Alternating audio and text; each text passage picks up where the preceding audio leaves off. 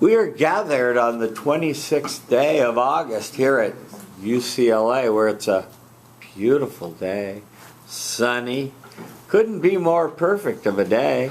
And we're about to hear Evelyn share 3 emotions with us that she felt while watching Edward Scissorhands.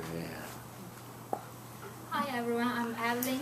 Hi Evelyn. An American priest once said, God closes one door while opening another one for you, and I think this is quite suitable description for the protagonist in the film. A man invented incomplete, but it is exactly his defect that made him a spectacle in the neighborhood and on television. When I first watched the film in English class, I was impressed by the male lead's kindness, simplicity, and tragic end. So today I want to share with you this film, Edward Scissorhands. It made me feel sympathized, moved, and pity. Clark said in her article, Burton shows that human touch is not to be interpreted literally through the act of touching another with one's hands, but that communication can occur in other subtle ways. And I think this film deals with some significant themes such as acceptance and understandings, love and loved and perfect and defective. So the first way this film impressed me was that it made me feel sympathized. Edward was a strange existence in the town, and at the end of the film he saved Kevin from the car but scratched Kevin's face by accident. People thought he hurt Kevin and wanted to punish him. This scene reminds me of one of my classmates in middle school. He was a little different from other boys and was rejected.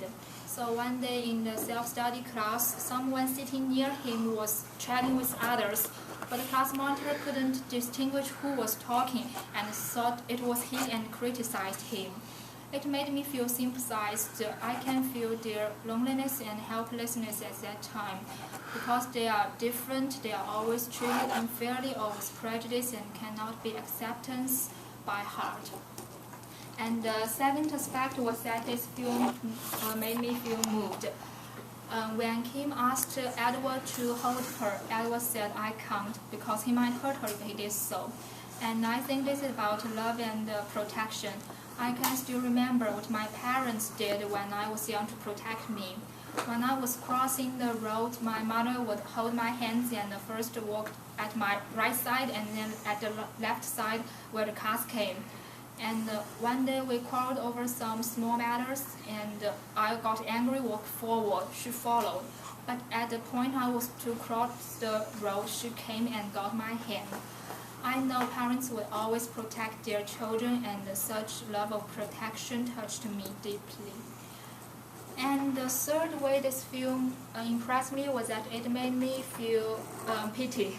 A pair of hands had been created and Edward was to be complete, but at that point the inventor died and left Edward alone. I feel pity when I saw the inventor fell down. But imagine if Edward was complete, he would be almost a common man without special propensity. So such feeling of pity was also arose when I first saw the sculpture of Venus de Milo. Her arms were broken when unearthed, and after some attempts to repair the statue, people found that it was more beautiful just as it was.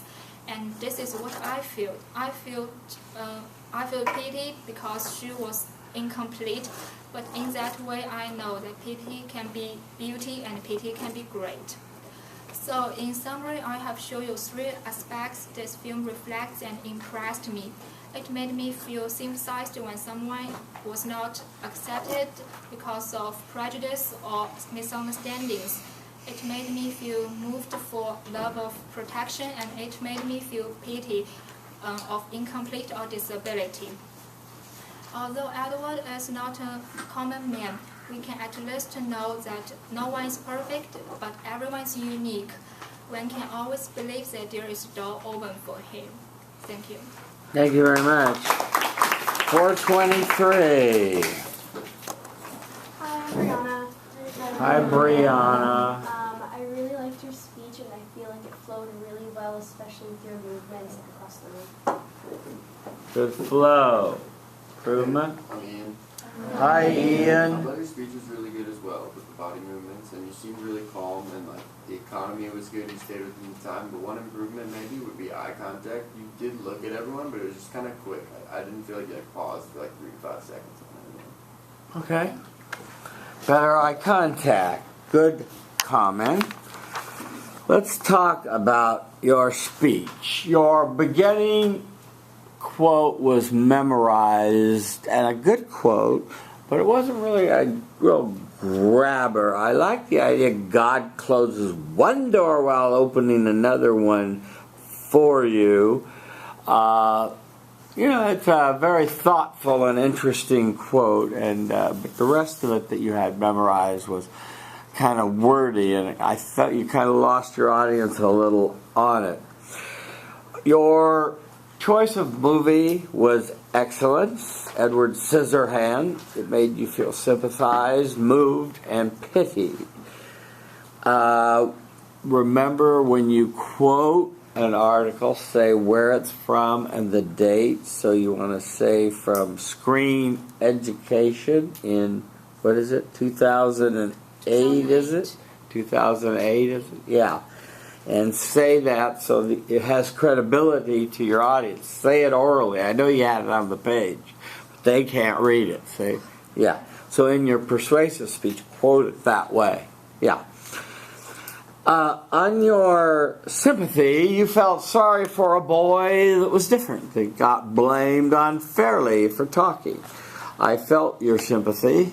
That was a good story. On being moved, you talked about your mother sort of almost saving your life by pulling you back from a car when you blurted out into traffic kind of thing, and she held your hand and protected you. I had a very similar incident when I was in San Francisco on the cable cars, and I was leaning out and stupidly, and the cable car was coming the other way, and a complete stranger just pulled me back in, and I missed my head from the cable car hitting me. And it's odd how parents or complete strangers can do these kinds of acts of kindness and protect us. So I felt your appreciation and movement, being moved by your mother's protection. That was good. On pity, I'll have to admit, Venus de Milo was really, kind of off the wall story, but unique, different. It was okay. I know it was a stretch to say she didn't have her arms, but still you thought she was beautiful, so I guess that was okay. Summary, conclusion, tieback were all fine. Make introduction part more vivid and grab attention. I don't think you did that as well as you could have. End with a better tieback and present with more natural movement and hand gestures. How'd it go? Maybe a little more hand gestures. It is not much in this speech. Hand gestures. Okay. Good. And the introduction, I try to make a quote, but maybe not that vivid. I will try to improve. Good. Thank you very much. Okay, next. Hi. Okay, rock and roll. Okay. Hi, I'm Brianna. Hi, Brianna. So movies have the ability to make you feel a wide array of emotions. They can often make you feel mad or happy or sad, but every so often you come across a film that you really just don't know how to feel about. Rather than feeling a concrete emotion, they make you look back on your own life and, wonder what you could change. With that in mind, today I want to talk to you about a film that really moved me, American Beauty. It made me feel self-reflective, inspired, and motivated. And through my research on American Beauty, I found that I was not alone. Alan Hall wrote a piece for The Advocate shortly after American Beauty's release in 2000, where he explained that American Beauty had taught him to write what he's passionate about and to not really care, is it going to sell or is this what the marketplace is looking for? And for me, I felt that really exemplified the way in which American Beauty makes the audience reevaluate the way that they live their own lives. So the first way that this film moved me is that it made me feel self-reflective. The film begins and ends really with a monologue from the film's main character, Lester Burnham, in which he reflects on the monotony and the way in which basically that his life has become the same day in and day out, and also some tidbits of information he's learned as he's gotten older. This really resonated with me because I feel like when I watched the film, I had become kind of a creature of habit in making my everyday really routine and the same because I was juggling, schoolwork and my job and my responsibilities at home. So I really, what's the word I'm looking for? Related to Lester's character in that frustration with the monotonous life. The second way that the film moved me was that it made me feel inspired. So basically throughout the film, Lester goes through a series of motions where he's just trying to figure out how he can change this monotonous lifestyle he's been living and specific things that he can do that he's maybe wanted to do for some time. And watching Lester go through this really made me feel like I needed to make some changes in my life and consider some things that I could be doing just like Lester did. The third way that this film moved me was that it motivated me to implement some of these changes. Basically, throughout the film, and I hate to spoil this for you guys, but I kind of have to, watching Lester go through and try hard like I've told you, but then his life is untimely cut short, really put things in perspective for me that, you really don't know how much time you have, and continuing to live this monotonous lifestyle and putting off things that you've wanted to do, you may not actually make it there to do them. So this kind of coincided with me deciding that, things that I've been putting off, like traveling, maybe I shouldn't be putting that off to say, hey, yeah, I'm going to do that one day, because that one day might not ever actually come. In summary, I've told you 3 ways in which the film American Beauty moved me. It made me feel self-reflective, inspired, and motivated. There should be no doubt in this room that the film moved me. Although I didn't know how to feel about American Beauty at first, it actually ended up impacting my life in a way that was really meaningful. Thank you. 3:30. Hi, I'm Caroline. Hi, Caroline. I think the flow of your speech was really great. It was easy to follow. The way you were speaking was also nice to follow. And I liked how you were explaining your feelings because it was really reflective. Improvement. Name. Oh, yeah, my name is Rita. Hi, Rita. Hi, Rita. I admire your speech because it's very easy to follow, but maybe one thing to improve is when you move, and maybe you don't need to turn your whole body to the left or the right, maybe face us is Yeah. Good, Rita. Brianna, yeah, when you walk and when you watch yourself tonight on YouTube, you'll see you turn completely sideways and you hardly talk as you walk, but keep it cheated forward. Practice keeping cheated forward as you walk back and forth. Love the movie you chose and your honesty and sort of being befuddled by it at first. And I like your significant statement and your quote from the Advocate in 2000. You expressed the monotony of your own life. I guess we kind of got that. The frustration you said in your second emotion, I would have liked to have had a little more detail of what you're frustrated about. We kind of got it when you came to you were motivated to make some changes and travel. And as the one young lady that's supposed to be sitting there in our class, it isn't. As we know, we all think we've got another 95 years coming, but we know we don't. And so I think you're wise in, recalibrating that expectation. So I think that's good. Your summary, your conclusion, and tie back were fine. You said maintain eye contact with the audience in the back, speak more clearly, use less filler words. How'd it go? Not as well as I wanted it to. I think I still used a lot of filler words, and but I think I improved my eye contact a little bit more. Yeah, that was better. And it could have had more details in the emotions. You had a full 30 seconds, and you weren't. You could have filled in more there. So thank you. You did a nice job. Is this the last one? How many more do we have? One more. Well, if you have to go, go, but I'll stay and hear the last two. Okay, go. Okay, hi, I'm Christiana. Hi, Christiana. And a famous boxer, Muhammad Ali, once said, never quit, suffer now and live the rest of your life as a champion. And this quote really relates to a movie that I recently saw called Southpaw. And this movie is about a famous boxer who, by the name of Billy the Great Hope. And it tells about his story and the struggles that he went through to become a boxing champion. Today I want to share with you 3 ways in which this film really moved me. It made me feel sad, it made me feel lighthearted, and it made me feel appreciative.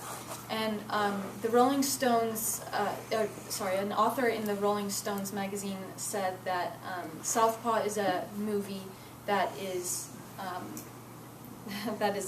emotional, collaborative, and unnerving. So there are themes in this movie that I know will be very interesting to you, which are triumph over adversity, love and loss, and revenge. So the first way this movie moved me was that it made me feel sad. And the incidents in the movie that made me feel sad was when Billy went to go visit his daughter at a foster home where his daughter was taken away from him because he was considered an unfit parent. And when he visited her, the counselor went up to him and said that your daughter does not want to see you today. And you could definitely see the pain and the devastation in his eyes. And this reminded me of a time in my life when I got in an argument with one of my best friends, and she threatened that she never wanted to see me again or talk to me again. So eventually, after a week of not talking, I went to her house and tried to apologize, and her mom actually said that she did not want to speak with me and did not want to talk to me. So I could definitely relate to the pain that Billy went through when his daughter didn't want to see him, because I definitely felt that I lost something very important in my life. So the second way in which this movie moved me was that it made me feel lighthearted. And the scene in the movie that made me feel lighthearted was the very last scene when Billy won his boxing match against his opponent, Miguel Escobar. And he immediately ran over to his locker room and hugged his daughter. And when I saw this, it definitely kind of made me feel warm inside and definitely made me feel lighthearted, because it reminded me of the time when when we won the national championship for soccer here at UCLA. And after the game, I immediately ran up to one of my best friends and hugged her. And it was just so empowering and so emotional, because I felt as though I conquered and struggled through so many different moments with my best friend. So definitely related to how Billy felt when he hugged his daughter. And lastly, the third way in which this movie moved me was that it made me feel appreciative. And the moment in the movie that made me feel appreciative was when Billy, his wife, was shot and she died, and he immediately, hugged her and tried to soothe her. And this definitely made me feel appreciative, because it reminded me of how much I love my own mother and how much I appreciate all that she does for me. And if anything were to happen, if I ever were to lose her, I would definitely feel so devastated, just as Billy must have felt when he lost his wife.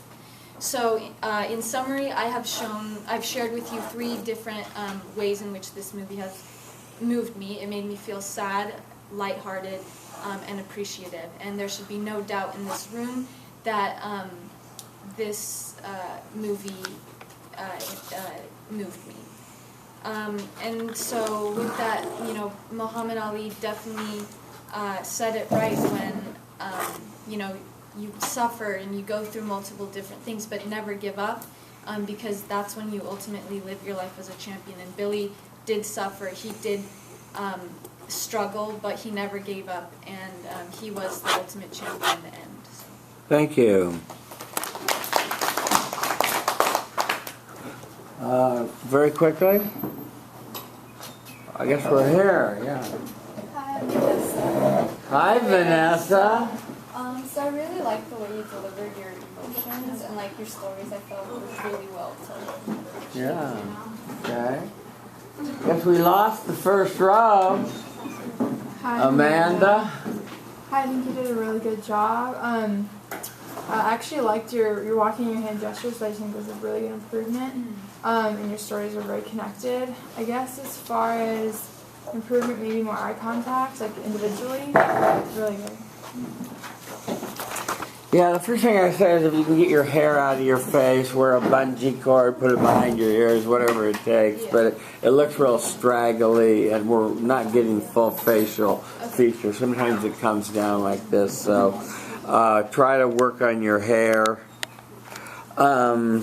Like the Muhammad Ali, quick beginning, good start. You do this with your hands. It's called steepling. Cut it out. Your sixth statement was good. The sad that we got from your friend that dumped you was well communicated. I good felt sensing on that. That came together nicely. The national championship thing, I felt you relived the happiness of that. And after class, I'll tell you a little story about national championships in UCLA. I'll tell you a story later. And on your third one, on being appreciative, it was a little light on your mother, but I got the appreciation from your mother. It wasn't much of a story, but, you know. Your summary, your conclusion, and tieback were all fine. You said, make better eye contact, stay in the power stance, and don't play with your hands. How'd it go? I think I didn't fidget as much with my hands, but again, I have to work on like that thing. Yeah, steepling. Yeah, That denotes superiority. You don't want to do that. Your audiences are put off by it. And I could work a little better with the eye contact. Okay. Good job. Thank you.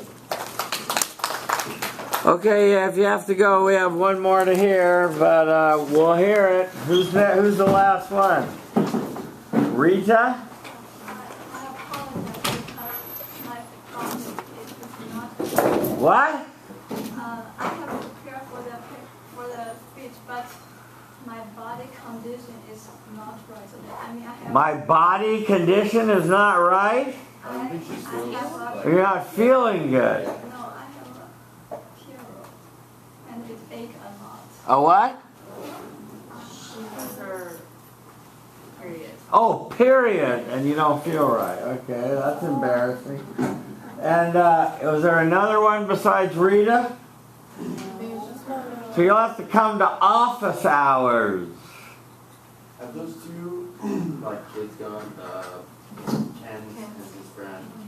Who? Kent and his friend. I don't think they were here last time or today. I don't know. Maybe they looked at the final and started crying. Yeah, maybe. That's all they've been working on. I don't know. Okay, so you snooze, you lose. Sorry. Okay, our work is done, folks. Thank you. Wait till next Monday, we're doing our. Yeah, A's and B's, be ready for your persuasion.